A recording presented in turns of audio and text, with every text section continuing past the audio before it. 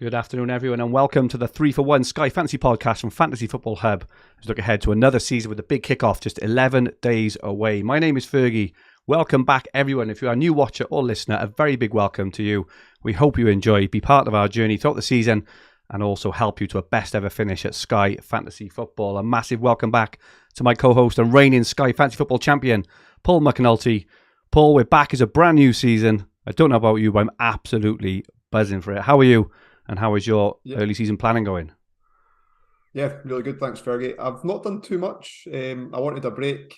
The end of last season got a bit stressful, so it was good. It was good to take a break completely away from football. But yeah, 11 days to go, and now really looking forward to it. Yeah, really, it's really exciting. Pre-season game, it makes a change to see a lot of Premier League teams playing against each other, don't we? I think we get like a little bit more of a feel maybe of how the teams are going to set up and kind of how teams are playing. Has there been anyone in pre-season at all that's kind of caught your eye that may or may not have made your draft because of it? I've been really impressed by Nkunku from Chelsea.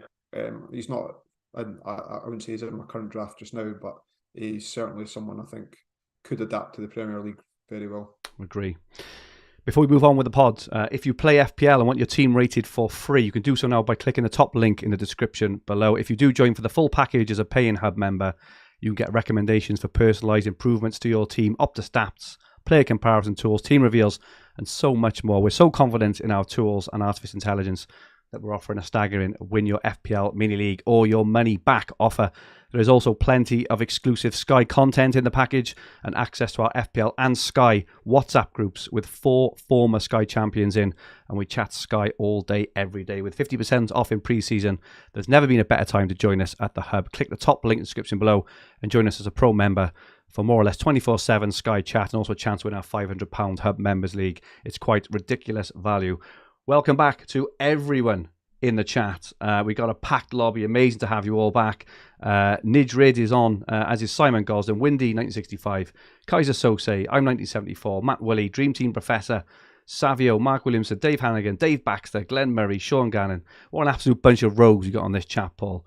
Dan Perry, Brownie, Martin Beasley, Barry Morrison, Chris Moller, Matthew Donald, Ben McCrum, FPL Spartans, John Maloney, Peter Clinch, my old headmaster, Brian Edmondson, and Gary Plant. Great to have you back. Absolutely fantastic.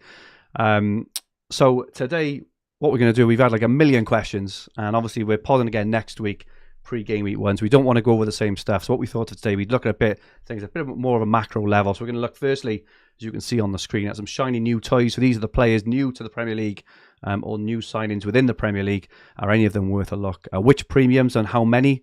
We're going to look to start off with which enablers look to be the ones to go for at the start of the season.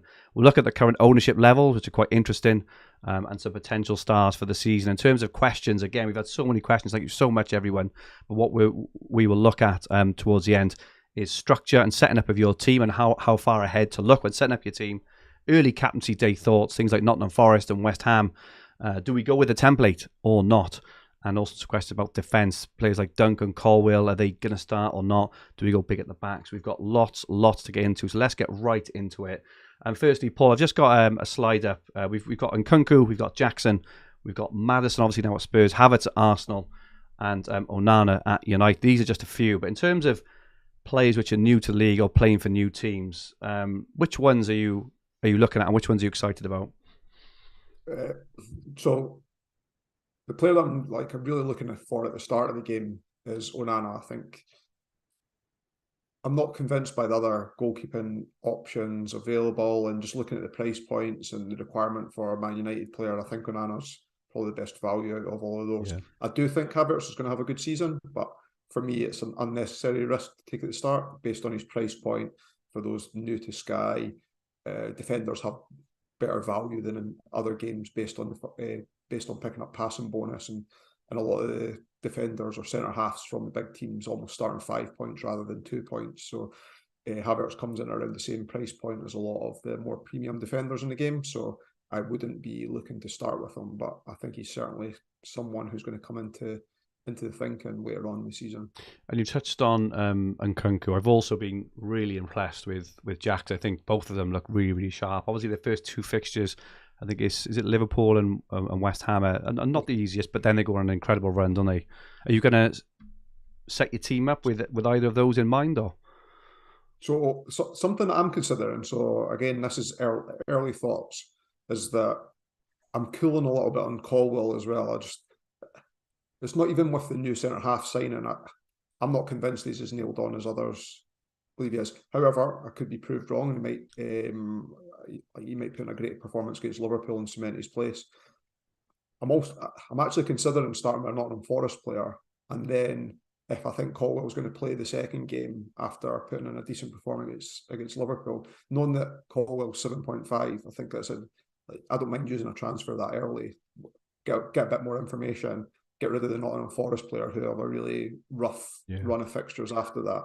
And I know they've got a couple of single captaincy days after the international break, but the first single game day that you need them for, need a Forest player for, is a Monday. So it's almost like you're gaining extra fixtures before you would bring someone back in, and you might not want the same player at that point, or you might make a change to goalkeeper at that point as well if it becomes apparent who's number one for Forest, or if they sign a keeper at the start of the season. So I'm thinking of not starting with a Chelsea player and then potentially moving a Chelsea player in on game week 2. What about Maddison? Does he interest you at all? Well, I think Spurs are going to have a great attacking season. Yeah. I think they'll score a lot of goals, ship a lot of goals. I know it's a common perception of Spurs this season under Postecoglou, but he has. I read a few interesting articles on pre-season about how he thrives in his first season at clubs when he's coming under a lot of pressure, and because it's a results-oriented business and not all about the style of play, but he wants players to play it back. Remember, I said last season quite a lot that my admiration for John Stones, I think he's one of, if not the best centre halves in the Premier League. And remember his first season under Pep, the number of times he got caught in possession trying to play it from the back. But that's obviously an instruction from Pep that he doesn't want the ball going long, or wants to retain possession defence. And I think Spurs are going to be a bit like that this season as well. You can see Romero losing possession and them conceding a few goals from there. But I do think that Spurs are going to go out and attack and get attacking points, and I think Maddison will be value over the course of the season. I don't think there's a lot of point of talking about it much now, but obviously if Harry Kane leaves, which over the next few days we're probably going to find out one way or another, but that opens the door potentially for Richarlison to come in. 8 million. He's a forward in this game, isn't he? But that opens the door for a bit of a game breaker there, doesn't it? But like I say, there's not much point talking about it now, only because we don't know if he's going to go or not. A couple of comments about Is that putting you off Harry Kane? It's put me massively off him. He was one of the first players that I'd have put in my. I've got to be honest. I haven't had Kane in any draft in any format so far this pre-season. I don't really know why. I think the pricing has been much better this year in all games. This made it, for me, I wouldn't say impossible, but if you go for Kane as well as Haaland, you can't fit in the, Trent, Saka, Rashford sort of players who we all want. So I haven't really looked at Kane personally. So what I would have said is, if there wasn't any lingering doubts about whether he's going to go to Bayern or go somewhere else, I think that he'd have been the standout captaincy option on the first Sunday. Yeah. And you well know the way that I play the game, and that at the start of the season, I would just try not to cover off the most owned captains on every day, so that you can't lose the game at the start of the season and you keep with the pack. But I do think with all the controversy, but all the potential rumours about I'm leaving or whatnot, that it'll put people off, and hence that kind of plays into my tactics, and therefore picking Salah probably over Kane and starting with Salah makes much more sense, I think. We'll look at premiums next. Firstly, some comments about the beard, Paul. We did have a bit of chat about this last week when we met up for a beer and stuff. And Golden Rule Fantasy Football says Paul with that 50k beard, and FPL Spartans. It's a very Spanish, conquistador style goatee. If I just absolutely ruined that pronunciation. Amazing what 50k can buy you. Well, I've had two references. One is I look like a French musician, and the other is I look like a villain from a silent movie. So that's the one, definitely. You look like a villain from a silent movie. All you need is the black and white hooped vest and a bag with swag over your shoulder, and you're there. What's Littlefinger from Game of Thrones? There's another. Superb. Superb stuff. Let's have a quick chat around premiums. So on screen for those listening, we've got Salah, Haaland, and Kane. Obviously, they're the three big guns. They're all incredibly expensive. You probably throw the next kind of rung is probably Saka and Rashford and Bruno. Right? Yeah, and this is the thing, is which ones do you have, and it's interesting because I think in my current draft, like say, we're still 11 days out, it will change. Yeah.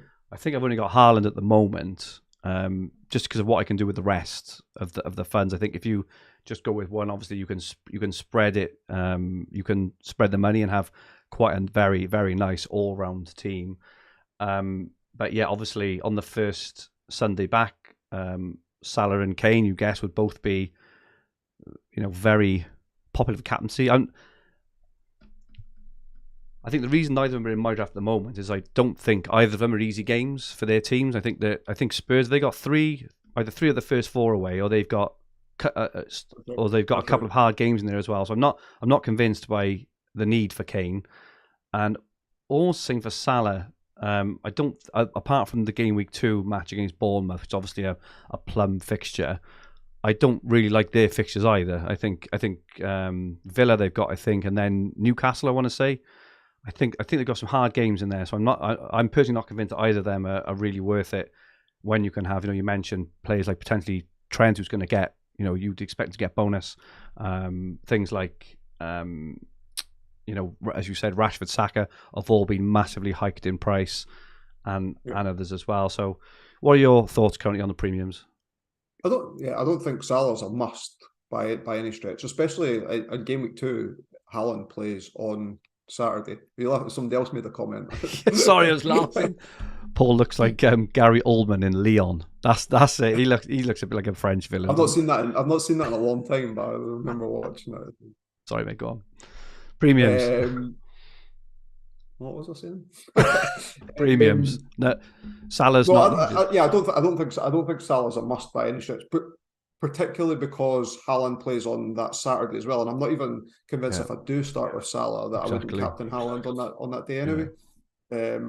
So certainly not a must, especially if you're using the money wisely throughout the rest of your squad as well. And Kane, you kind of mentioned Kane. So at the moment, are you on 2 or 3 premiums? In the latest draft that I pulled together, I've got Salah and Haaland. Okay. Again, mainly because I think Salah could be a good captain on game week 2, and I might do the Dan Cox poll and see if he comes out on top, and then I would pick whoever comes out top game week 2. Good stuff on premiums. Let's have a look at some enablers. So there have been some cheap players who have come to the service. None more obvious to anyone who's involved in any kind of Sky Fantasy chat anywhere, really. Marvellous Nakamba, 6.6 million. Do you want to tell us a little bit about him, Paul? Yeah, well, he averaged 4 tackles per game in the Championship last season, so it feels like he could be like Polina stats in terms of tackle bonus. He also covered, even though he misses game week 2 because of the rearranged Burnley game, but he does cover off the captaincy requirement in game week 4 against West Ham. That's on a Friday. Like, if that game had been on a Monday rather than a Friday, I'd be all for waiting and bringing in a West Ham player and you get the extra gain of fixtures. But because it's on the Friday, I think if you start with Nakamba, I'd be more inclined to just captain him, provided in the first couple of games he is getting in or around the tackle bonus, instead of then like using a transfer on a player taking a player out that hasn't played yet that game week. Yeah, I think West Ham's fixtures, they're away to Bournemouth, then home to Chelsea, then Brighton, so a couple of hard games in there. They then get that Luton game, but after that they go straight into Man City and Liverpool. I'm not sure, would you really want to use 2 transfers for one game when you've already got a player in the game? It smacks of that Mitrovic against Nottingham Forest game last season, didn't it? Where people got stung bringing in Mitrovic for the one game, and Polina got all the points, didn't he? Who everyone had anyway. Yeah. I mean, you're not going to get. Polina did have the outside option to get in some attacking bonus, whereas I don't think you're going to get that from the Nakamba. It was like 3 goals and like 200 odd appearances. However, I do think that he'll tick along nicely, and it wouldn't put me off the fact that he misses game week 2 if it meant you could get an additional premium, or you can get an extra big hitting defender in there and worry about budget less as well. Other names got Henderson, who could be confirmed at Forest. We got Christian Norgard, legend from a few years ago, just 6.9 million. And you said, Paul, just before we went live, he's been made club captain, but I think he's injured again, or he certainly missed a lot of pre-season. So whilst when the game first came out, I'd highlighted him 6.9. I think if he was over his injury woes, then I might consider him again. But I do think there's a lot of competition for places in the Brentford midfield, so he is maybe one that I would now bypass, having initially considered him. And then 2 I think will be quite popular. So Colwill, we've already mentioned, obviously played for Brighton last year, now at Chelsea. Looks to have started really well in pre-season. Pochettino bigging him right up, 7.5 million. If he looks like he's going to play, he's obviously a no-brainer. And Basuma, the other one for Spurs, who I really like. He was fantastic at Brighton. He hasn't quite happened for him yet at Tottenham, but in pre-season he's been been playing really, really well. The way Spurs are playing, very possession-based team. You can see him getting passing in most games. Obviously a good contender for tackles as well, and he does get the odd attacking return, or he did at Brighton anyway. So I really like Basuma at 7.3. I think the only problem between him and, say, Colwill, we're obviously going for obviously. I think Nakamba looks a no-brainer at 6.6 million. If you go for Basuma as well, you're kind of limiting your other midfield spots for, your Saka, Rashford, Salah, and all these other players we're going to talk about as well. So what are your thoughts on those other ones? Pushing the dreaded 3-5-2 formation potential as well, which is difficult to get out of, because you know that you can move a forward to a defender, but the most likely transfer is going to be a midfielder out. So yeah, and your thoughts on Colwill at the moment? So he's currently in my draft, but he was in my draft before it was popular. Yeah. When the game first came out, I put him straight in, and now I'm more the opposite. I'm kind of cooling on a little bit, and it's not even necessarily with the Fofana injury and whatnot. I just think there's so many competition places. People seem to think that Thiago Silva will play on the right hand side, but he's played on the left hand side as a right footer in many teams over the course of his career as well. So I wouldn't rule out Thiago Silva playing on the left side. Is anyone else? Is there anyone else nice and cheap you've had your eye on? I guess the requirement for a Forest player means that Gibbs White and is it Awakini, the centre forward? There you go. He's 7.5, and again, this is one that I am contemplating, is that if I start with a Forest player, play them for 2 games, get the captaincy, and both of them are like one's either the same price as Colwill or one's more expensive, and using a transfer early to bring in Colwill, getting more information on Colwill as well prior to doing the move is something I've definitely not ruled out. Sky Flyer in the chat says Kamara 6.7 million. Yep. If anyone spotted anyone else, please feel free to put it in the chat as well. Any neighbours, and let us know also how many premiums are you going with. It's very, very interesting. I must say I think the pricing has been fantastic this year, because while I think there will be some kind of template in terms of the look and feel of a team, I do feel the specific players, I think we're going to have quite a lot of diversity, like maybe a player pool of like 25 to 30 players, where normally there's a player pool of like 16 or 17 in there. So I think they've done it well. The new Brighton centre half might come in at a reasonable price as well. Yeah, from Fiorentina. Yeah, he's not been priced up in the game yet, but if he came in a little bit cheaper, I can imagine him being pretty popular as well. Essentials, not a word we like to use in fantasy football, but I know you answered this last week for Sky in terms of the 3 players or maybe the 4 players in each position, which, barring injury or anything else, are absolutely nailed in your team. You want to run through the 3 or 4 you got in mind?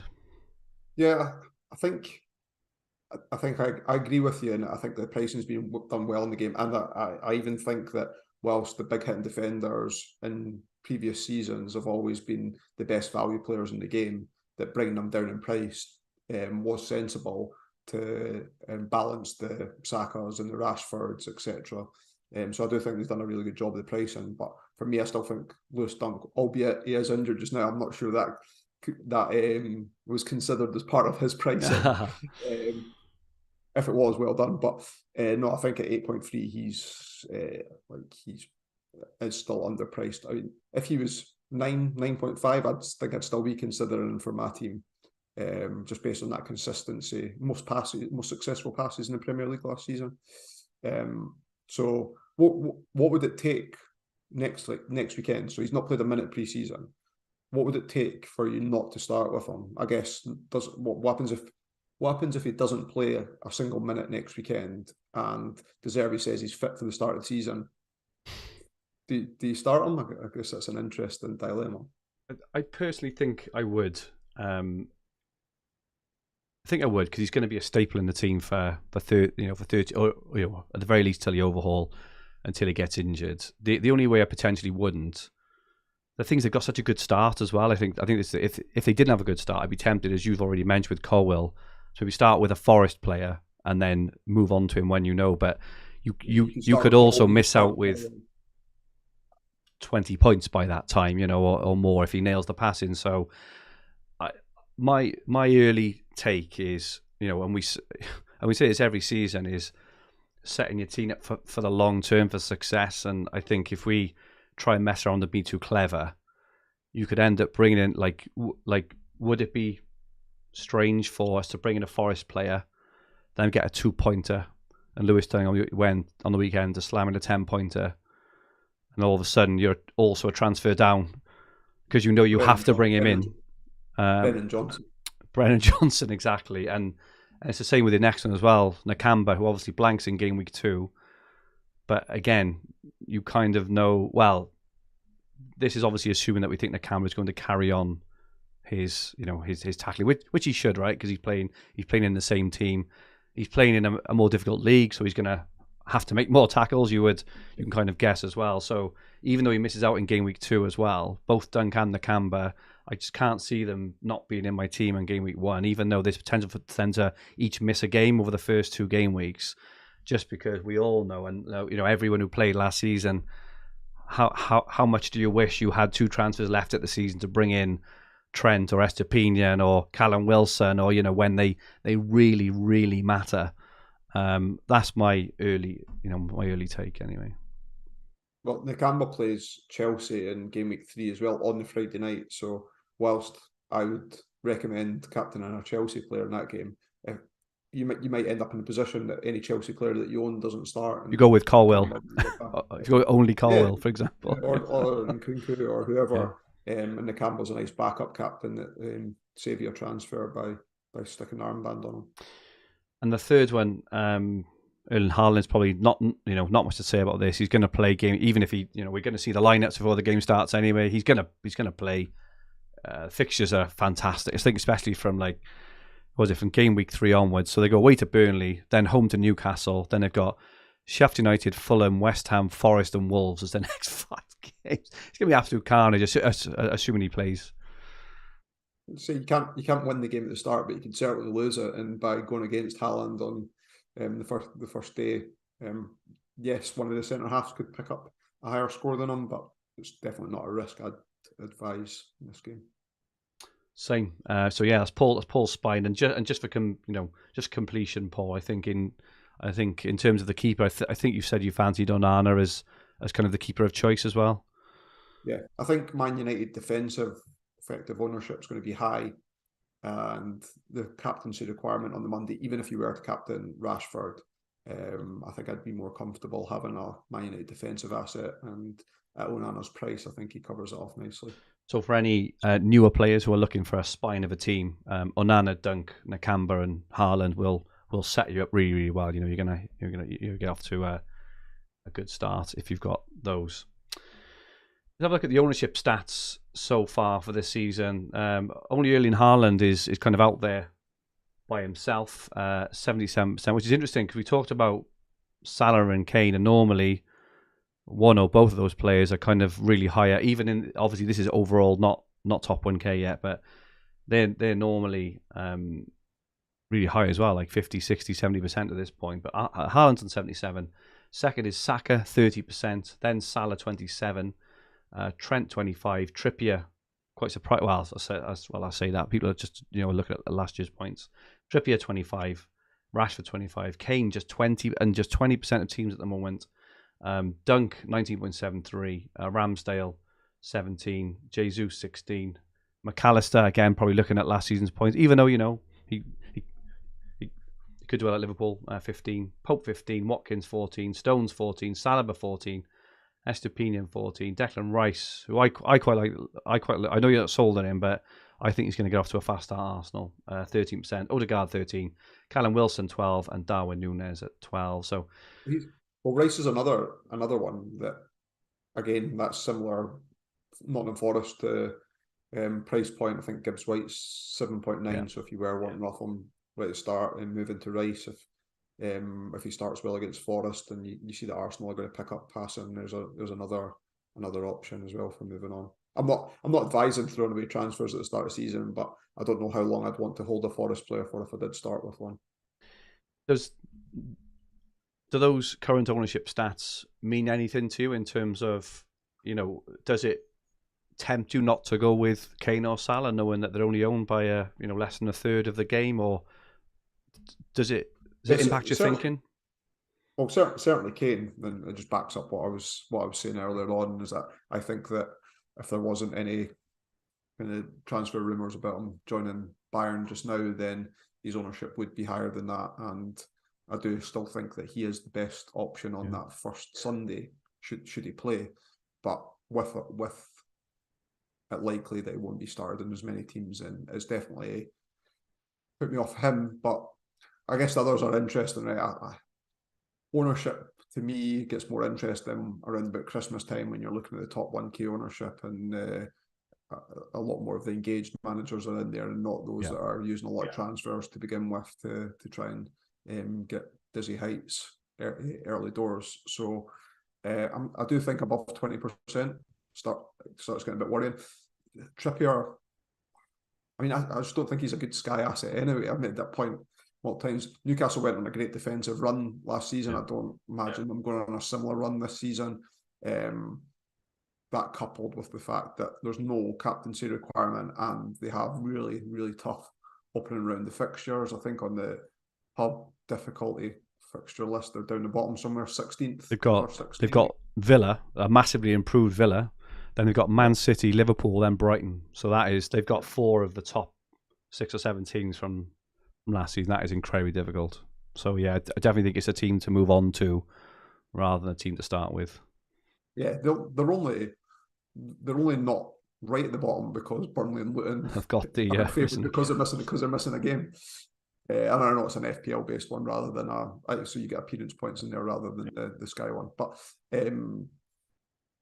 so Trippier does surprise me, but then to your point, a lot of people are picking up based on last season's points, and whether that's engaged Sky managers or not. Maybe he's the only surprise in there. Yeah, I did like Darwin Núñez at the bottom. He has had a good pre-season, and if he does start the season well, then 9.4 is good price. But maybe he's another that surprises me being on that list.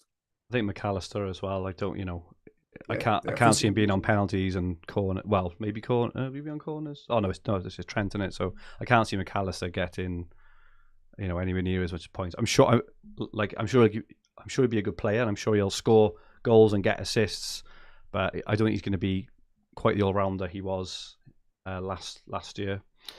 And finally, a few players we haven't really mentioned Rashford and Saka and stuff. Yeah, we'll touch on them now. But these are a few players that I think they're quite reasonable prices, who they could fill the gaps on the edges in terms of the essentials. Once you've done the essentials and the captaincy picks and our defenders, Eze, I don't know if you've seen his goal from. I'm not sure if it was yesterday or this morning.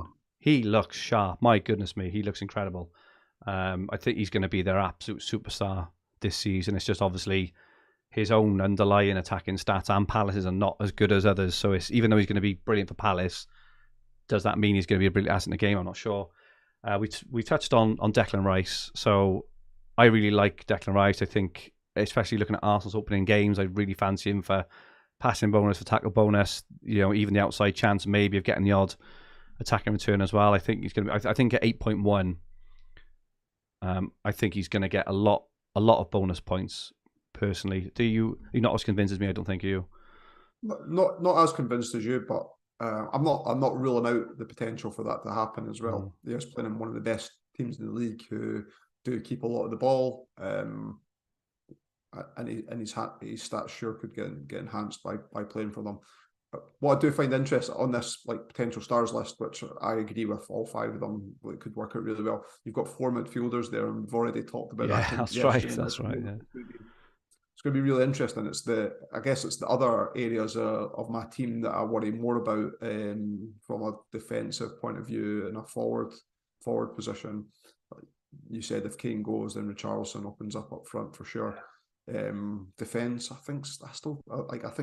do think that they priced really, really well in Sky, because I don't know that like Trent was one of the first players that I looked for his price, and I was like 10 million straight in, and now I'm debating whether I start with him or not, and that's with a price decrease and with heightened potential with the passing bonus in there as well, in that inverted role, and I still don't know that I'm going to start with him. So defense, I think, is going to be really interesting. Let's just have a touch on that then. I think some players I've been looking at. I really like the Arsenal defense as well. I think both Saliba and Gabriel have been priced really nice. I've had a double up in the draft. I think I'm down to 1 at the moment because Colwill emerged. Trent, Van Dijk, you're going to give a passing. I think with Liverpool's opening games though, I think their first 4 games are quite tough. I think away to Chelsea is going to be a really, really good game, very high intensity. I'm not sure that they'll be knocking the passes around there away to Chelsea. Home to Bournemouth is obviously really nice. You would expect them to do well in that game. Away to Newcastle, again, is going to be an incredibly tough match. And then they've got, again, a resurgent Villa. So, again, I think that... Then you've got the international break. So I think teams like Man United and Arsenal and Brighton, who have... I think they all play... I'm not sure if this is exactly right, but the 3 of their first 4 at home. Good, nice fixtures as well. I'm tempted to look a bit more there to start off with. And obviously Man City we haven't touched on. I think it's probably fair to say that Stones, I think if I could fit Stones in my team, I probably would. I can't quite get there at the moment, but I would love to have him in. What else? Interesting. Go on. Stones is interesting because his attacking potential is massively heightened in that new role. I know he's playing defensive midfield, but he's got a cracking goal last week, didn't he? Yeah, but then he was getting bypassed a lot in the passing passes towards the end of the season, so that's perhaps not as much of a guarantee as what it was if he's playing centre half or right back.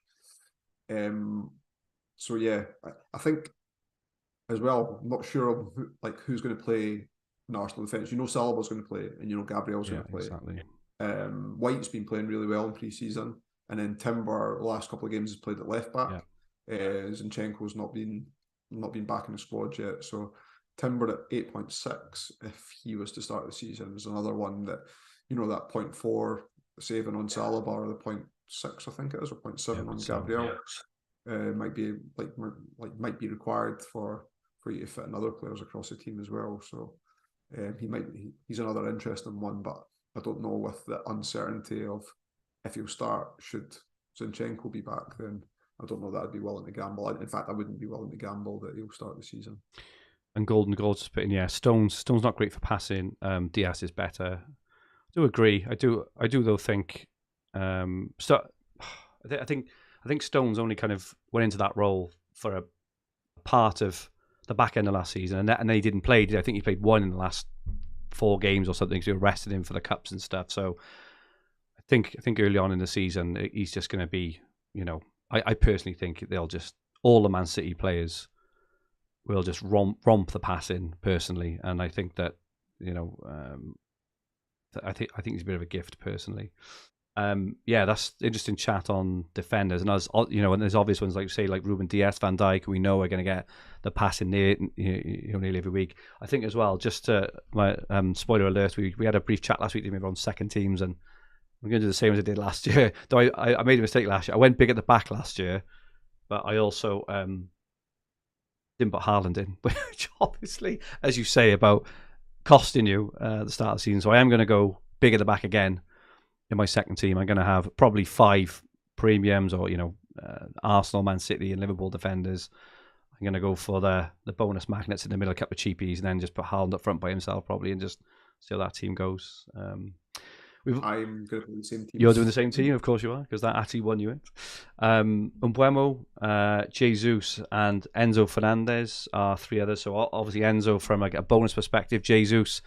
Arsenal's 2 of their 3 opening fixtures, home to Forest, away to Palace, home to Fulham, are just as good as they get. And playing as that number 9, again in the last game is interesting. I don't think he scored in their recent 5-0 win, but I think he had like man of the match or close to. They were saying how fantastic he was, and he was unlucky not to score.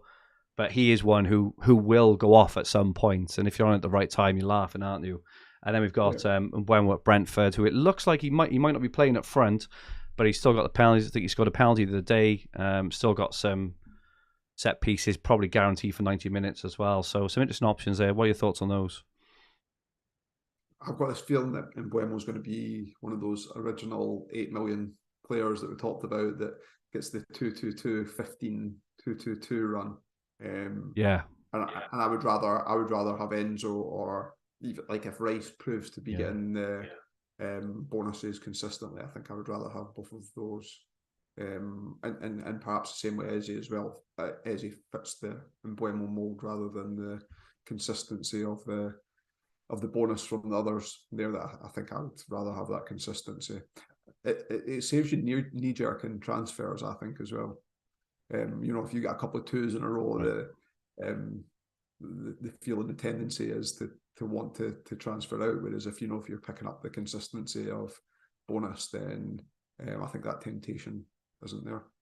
We'll touch more on this next week. Around kind of specifically players in teams and starting off with. But what are your thoughts on Saka, Rashford, Odegaard, that sort of mold of player at the moment? Right, yeah.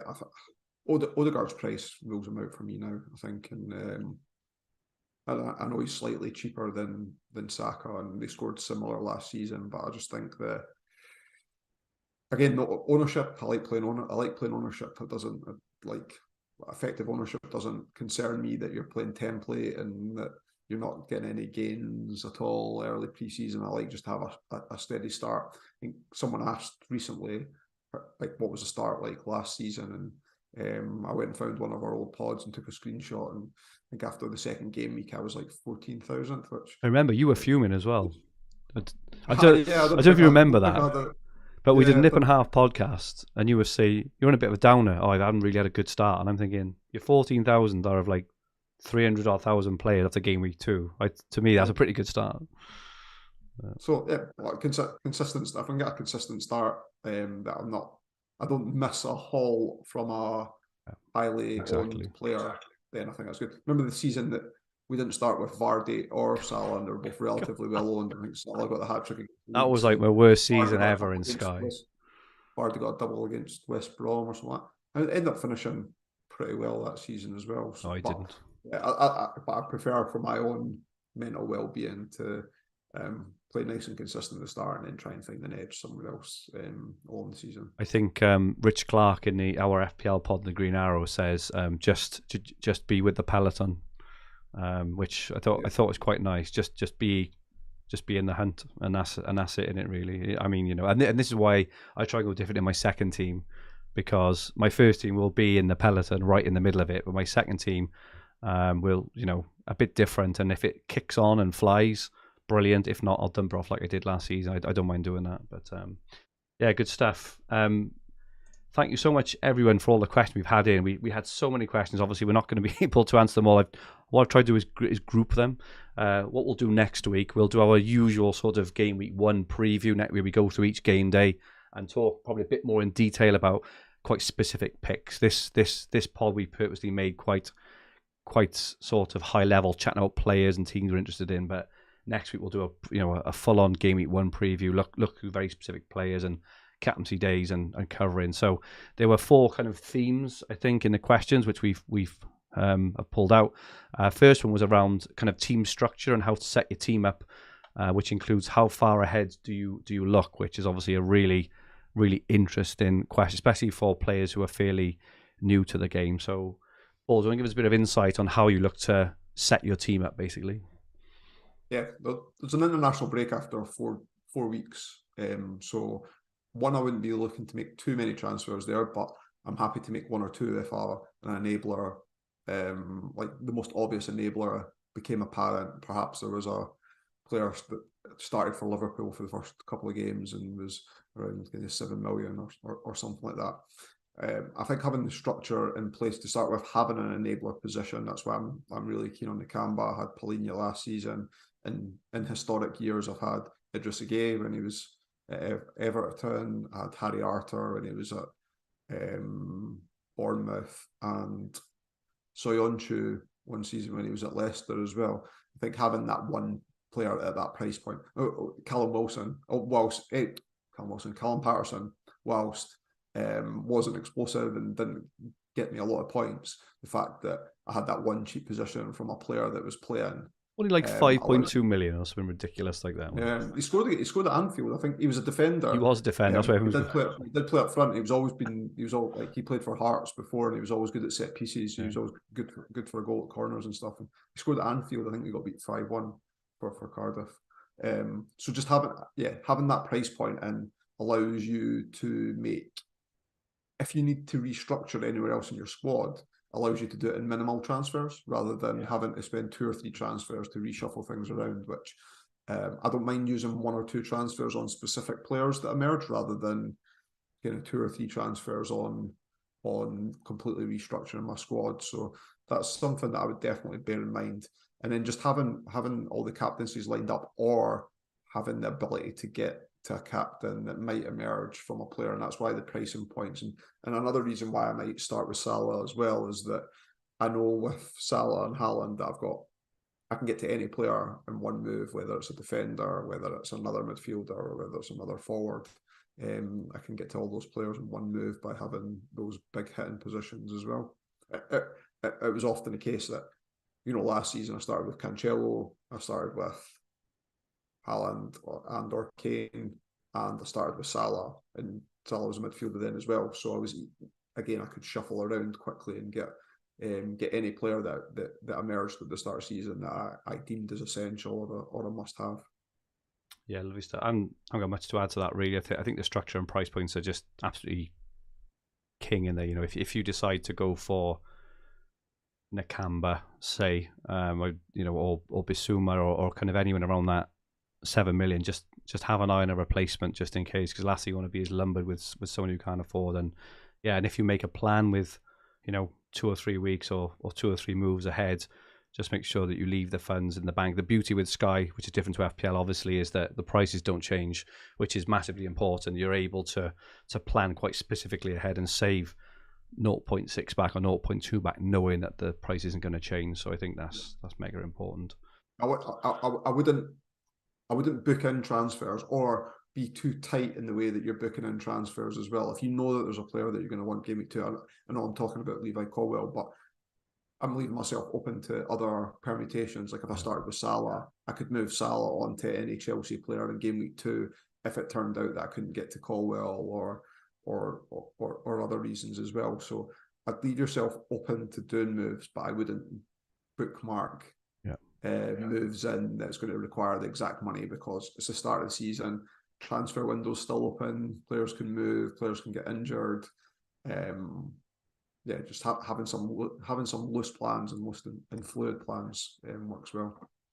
Early captaincy day thoughts. So we've mentioned already. Forest have got captaincy requirements. They're away to Sheffield United. No, not sorry. They're home to Sheffield United on a Friday, the 18th of August, and they've also got Burnley on the Monday, 18th of September.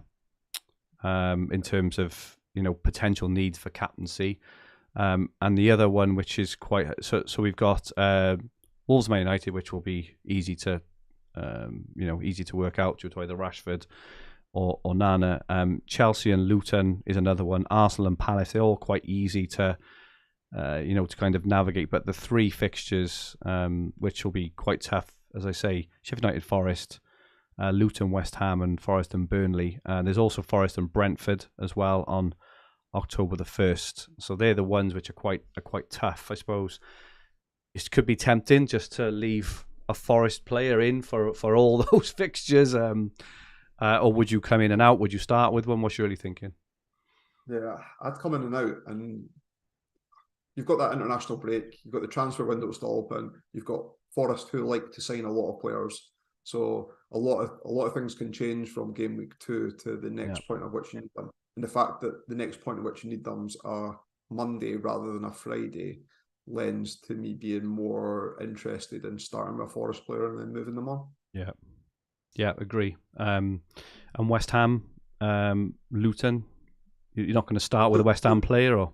Yeah, so you can bring in a West Ham player the week before. I think they play on the Sunday against Chelsea. Yeah. So there is that option. However, starting with Nakamba covers you off already, and should you need to make a transfer in your team, like perhaps a player gets injured, then you've got the option of bringing in someone like Bowen or Ben Rama, whereas you've got the backup of Nakamba then. Another reason why I like the thought of starting with Nakamba, just to have that backup in place for two, the Chelsea and the West Ham game. We had a few questions about the template and kind of following it. I don't think there'll be I personally don't think there'll be a massive template. I think there'll be potentially like maybe 6 the same, whereas I think we went through periods last year where people were having like 9 or 10 or even 11 the same as kind of everyone else. Just due to the pricing, I think there's a lot of different options. Things like, do you go for Rashford or Trent or something like that? I think there's a fair few, especially if Kane leaves. I think there's a few options there. So, what are your thoughts on that? Are you going to actively look to go outside at all for anything, or will you just play the ownership game as you? I'm a personal player. Loving the template, don't you? Love it. Template doesn't. It's such a what we deem as a crude word in the fantasy football circuits, but for me, I'm fine with it to start with, and just try and find your edge somewhere later on in the season where you can move a player on and gain the fixtures on the kind of second match day of the weekend, and perhaps unearth the next enabler or someone like you're ahead of the trend somewhere else further down the line. I think there's multiple opportunities. I said earlier on, last season started slow to medium, and there's a few instances where highlighted players throughout the season and they worked out well. Yeah, agree with that. And finally, there was some questions about you mentioned about Duncan Colwell and big at the back, general kind of defensive chat. What are your I know we mentioned some players earlier. What are your general thoughts on defence to start the season off? Anyway, we haven't got the. I think it's probably worth mentioning again for those who are new. We're not having a first overhaul this time round. So your initial setup has got to be pretty strong and solid. It's got to last you for ages. Yeah, I think that big at the back will come into play at some time this season, because it doesn't even feel like it's big at the back now based on the fair pricing of the players. Yeah. I do think that there will become a point in time during the season where you're going to want like the Van Dijk and Trent double up.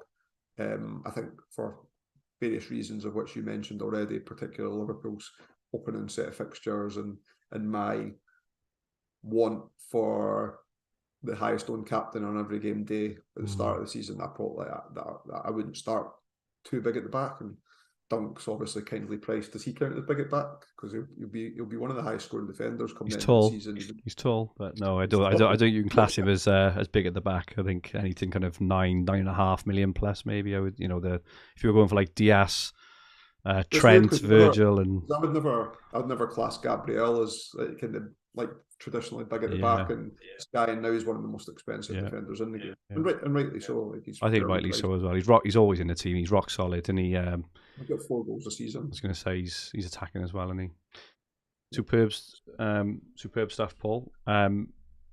Just before we go, a reminder: if you play FPL and want your team rated for free, you can do so now by clicking the top link in the description below. If you do join for the full package as a paying hub member, you can get recommendations for personalized improvements to your team, up to stats, player comparison tools, team reveals, and so much more. We're so confident in the tools and AI that we offer. Win your FPL mini league or your money back offer. The paying package does include exclusive Sky content and access to our FPL and Sky WhatsApp groups with 4 former Sky champions in, and we chat Sky all day, every day, with 50% off in pre-season. There's never been a better time to join us at the Hub, the home of fantasy football champions. Just click the top link in the description below and join us as a pro member for more or less 24/7 Sky chat, and also chance to win our £500 Hub Members League. It's quite ridiculous value. And that is it from us for this opening week. We hope you've enjoyed. It's absolutely amazing to be back. Thank you so much for everyone who joins in chat. We have certainly missed you. We were only talking about last week, how much fun we have on these streams and in the chat and with everyone on Twitter and everything else. So thank you so much for joining us on this Monday evening. Paul, where can we find you? On Twitter at Paul McAnulty 1, MCANULTY. One thing is, I would say that we've started up kind of later than normal. Someone I think that was flying the flag for the Sky fantasy community really well over the summers, FF Bobby, has done some kind of short bite-sized videos. Oh yeah, some great stuff that he's been doing. Well done, buddy. Nice one. Make sure you drop him a follow. And my handle on Twitter is at @FFH_Fergi. If you like what you watched, please press the like button. It only takes a second, but we really, really appreciate it. Remember to subscribe, bottom right-hand corner of the screen. If you enjoyed your listen, please rate the podcast version and leave some comments. We'll be back next week for a full Sky Game Week 1 preview.